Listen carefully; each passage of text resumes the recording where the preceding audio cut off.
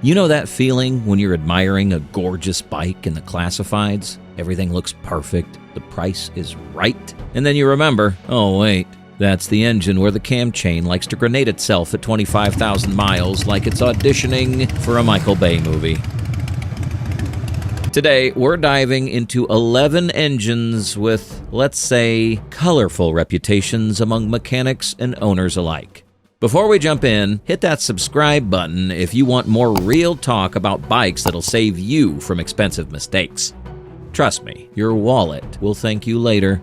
Now, I spent the last few weeks diving deep into owner forums, recall databases, service bulletins, and had some enlightening conversations with mechanics who've seen it all.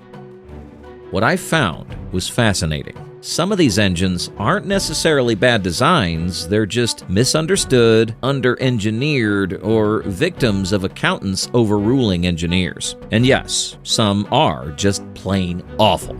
I've created what I call the Risk Index. A simple 1 to 10 scale based on frequency of failures, repair costs, and how preventable the issues are. Remember, we're talking about reported patterns here, and your mileage may vary, literally. Some years and production runs are worse than others, so always check that VIN against recalls and technical service bulletins.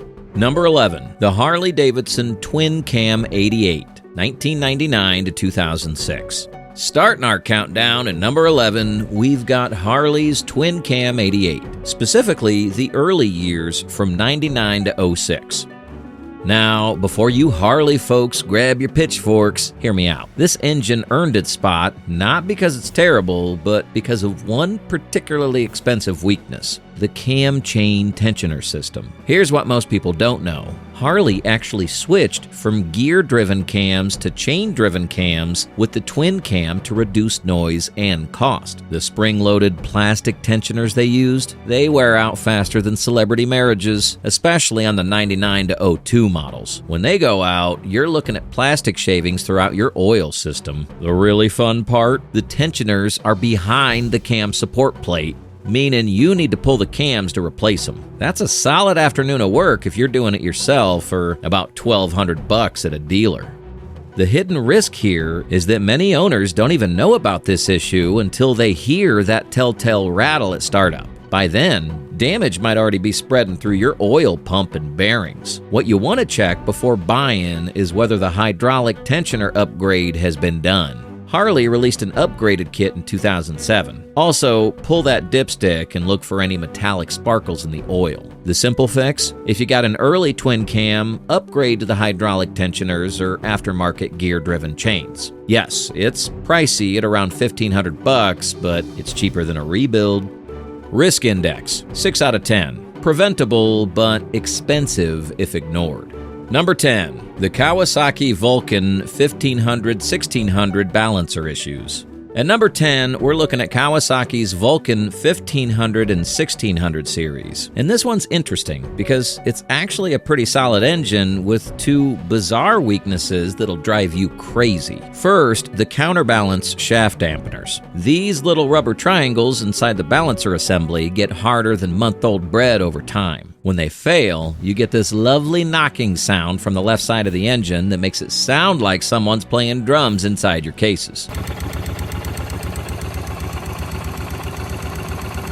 The kicker? You need to pull the flywheel to fix it, which means dropping serious cash or spending your weekend becoming very familiar with your engine's internals. Second issue, and this is the weird one, various rubber seals and boots throughout the drivetrain deteriorate prematurely. The drive shaft boot splits, the final drive seals leak, and owners report finding gear oil in places it absolutely shouldn't be. One owner told me he thought his engine was leaking until he realized it was actually final drive fluid that traveled up through the swing arm. That's some impressive fluid migration right there. The fix for the dampers runs about $800 in labor if you can't DIY. Check for any knocking from the left side at idle and look for oil stains around the drive shaft boot area. Also, if it sounds like a diesel tractor at idle, those dampers are toast. Risk Index, 5 out of 10. Annoying, but manageable if you can catch it early.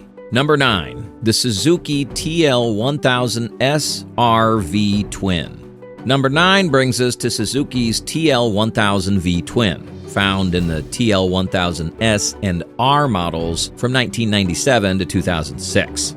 Oh boy. Where do I start with this one? The engine was Suzuki's answer to Ducati's 916, and it answered with pure mechanical drama. The rear cylinder runs significantly hotter than the front. We're talking temperature differentials that would make a thermodynamics professor weep. This causes all sorts of fun issues, like warped heads, blown head gaskets, and exhaust gaskets that burn away faster than your savings account at a casino. Track day enthusiasts discovered that the factory ECU mapping was so aggressive, it would actually crack pistons under sustained high RPM use. But wait, there's more. The fuel injection system was basically a beta test released to the public. Cold starts required the perfect combination of throttle position, prayer, and sometimes interpretive dance. The rotary damper steering system on the S model, let's just say Suzuki recalled it faster than you can say tank slapper. Here's something most people don't know. Many of these issues can be managed with proper cooling system maintenance and an aftermarket ECU with sensible mapping. Never let it idle in traffic during summer. That rear cylinder will cook itself faster than a microwave burrito. Also, manual cam chain tensioners are a must. Yes, those fail here too, but I'm trying not to repeat myself. Risk index, 7 out of 10. Dramatic Italian mistress energy in Japanese form.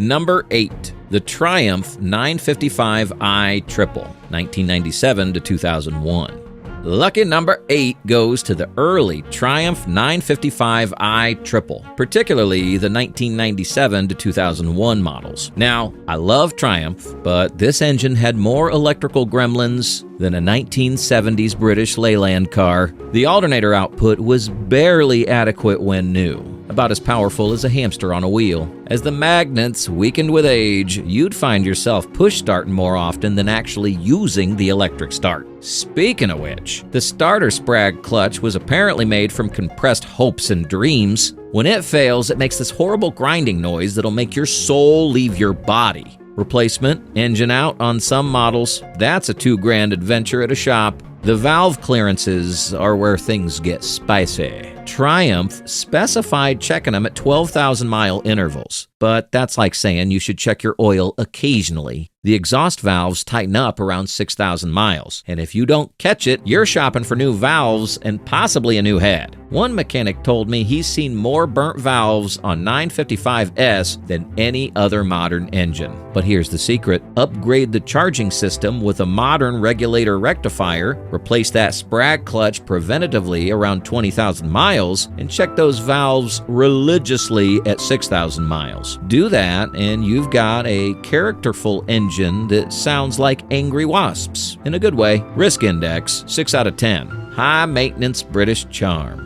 Number 7, the Ducati Pantah-based engines, late 90s, early 2000s.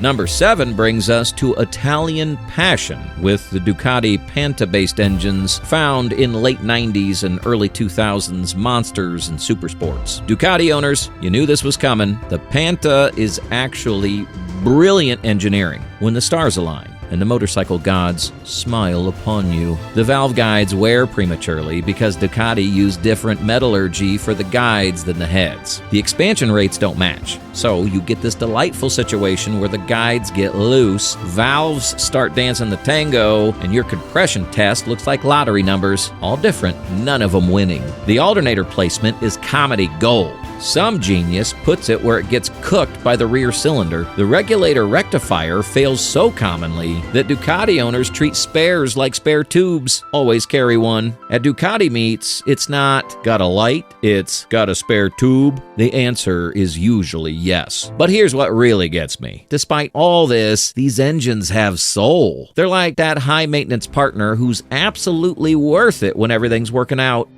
Updated valve guides are available. Relocating the reg rec helps tremendously, and synthetic oil is absolutely mandatory. Treat it right, and it'll give you that Ducati magic. Treat it wrong, and it'll empty your bank account while making you question your life choices. Risk index, 7 out of 10. Italian passion tax included. Number 6, the BMW K75 K100 Final Drive. Halfway through our list at number 6, we've got the BMW K75 and K100 flying brick engines from the 1980s and early 90s. BMW owners, I know you're proud of German engineering, but this one's got quirks that'll make you question everything. The engine itself is actually bulletproof. These things run forever. The problem? Everything attached to it. The final drive seals leak like government secrets. The drive shaft splines wear out if you look at them wrong. The fuel pump, located inside the tank, naturally fails regularly and requires tank removal for replacement. German logic at its finest. The infamous clutch rattle sounds like someone threw a handful of marbles in a coffee can. BMW says it's normal. Owners say it's terrifying. The truth is somewhere in between. The rubber dampers in the clutch deteriorate over time, making the rattle worse. Here's the real kicker: the second gear issue. Some K-bikes develop a nasty habit of jumping out of second under acceleration. The fix requires splitting the cases, which on these bikes is like performing brain surgery with oven mitts on. What kills me is these engines will run for 200,000 miles if you keep replacing everything around them. It's like having an immortal heart in a decomposing body. Regular spine lubrication and final drive maintenance are absolutely critical. Miss one service interval and you'll be shopping for expensive parts with German part numbers. Risk index, 6 out of 10. Eternal engine, mortal, everything else. Number 5.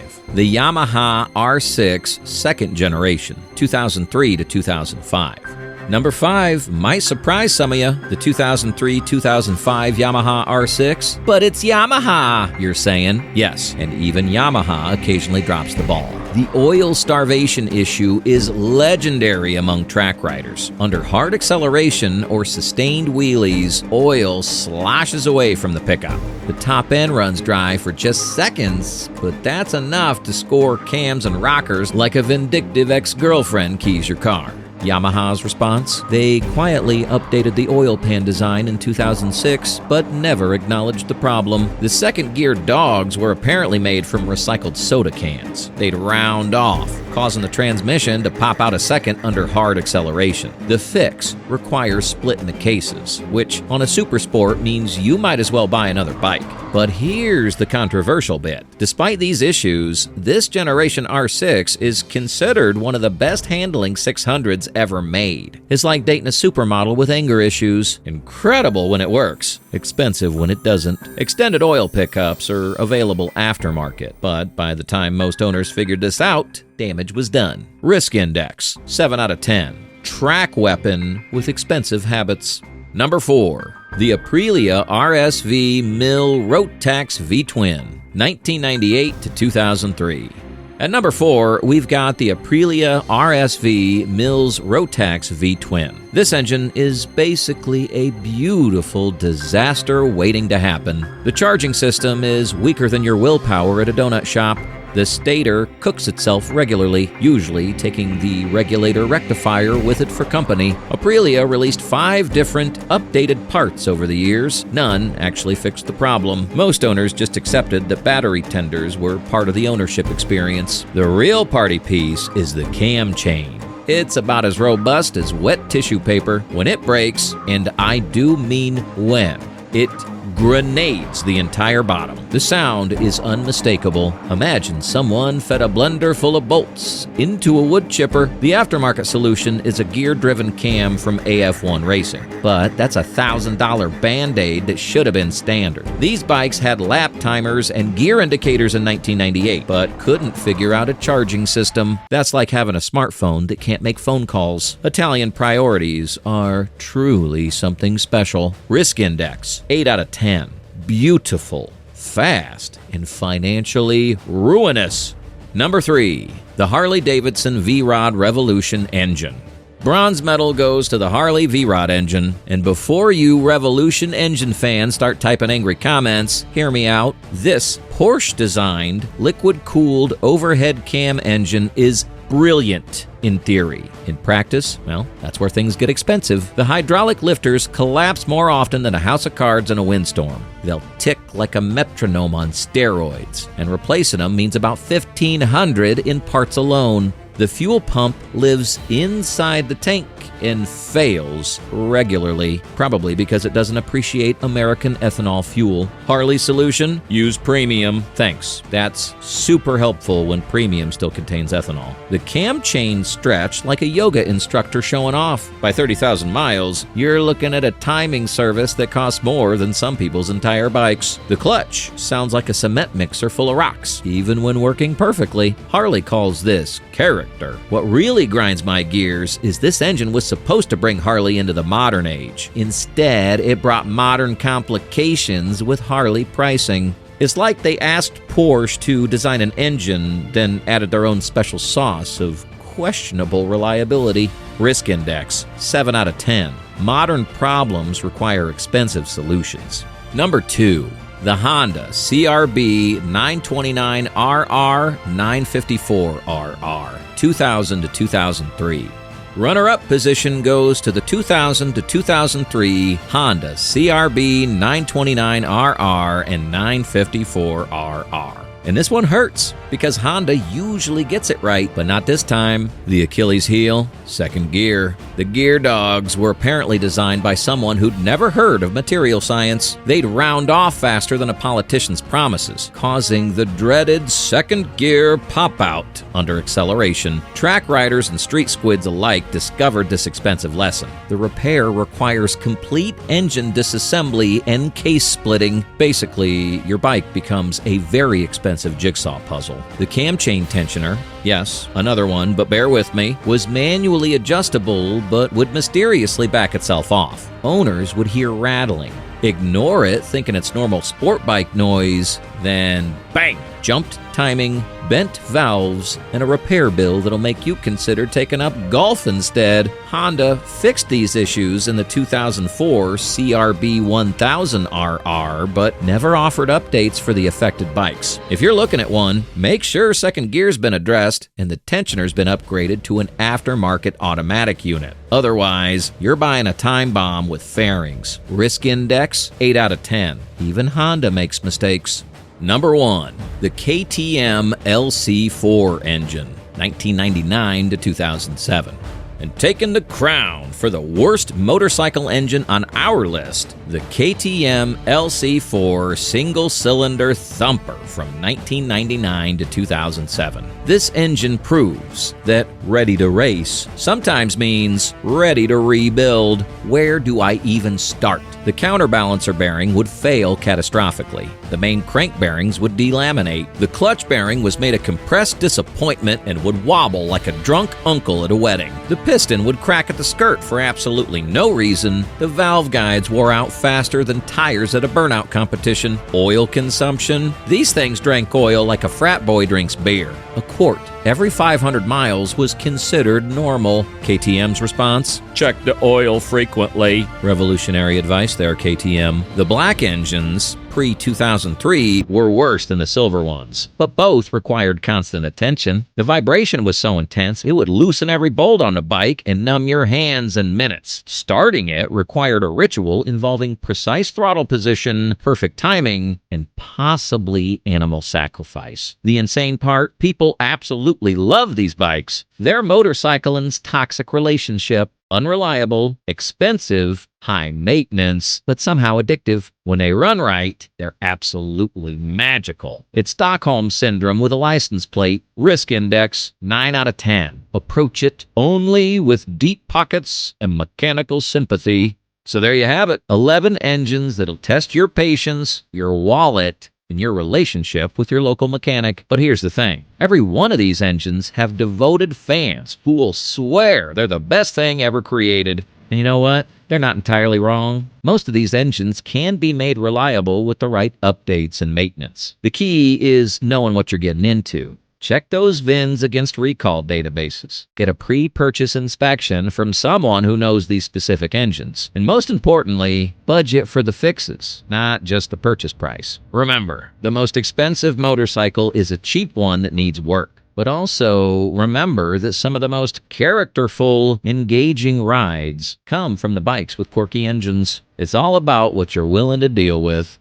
If you've owned any of these engines, drop a comment below with the year, what failed, and how you fixed it. Your experience could save another rider from an expensive mistake. And if you found this helpful, hit that subscribe button and ring the bell. I've got more brutally honest bike content coming your way. Next week, we're looking at the 11 most bulletproof engines ever made. Because, hey, we need some positivity after this list. Until then, keep the rubber side down, check your oil, and remember, every bike has its issues, but some have more character than others. Peace out, riders.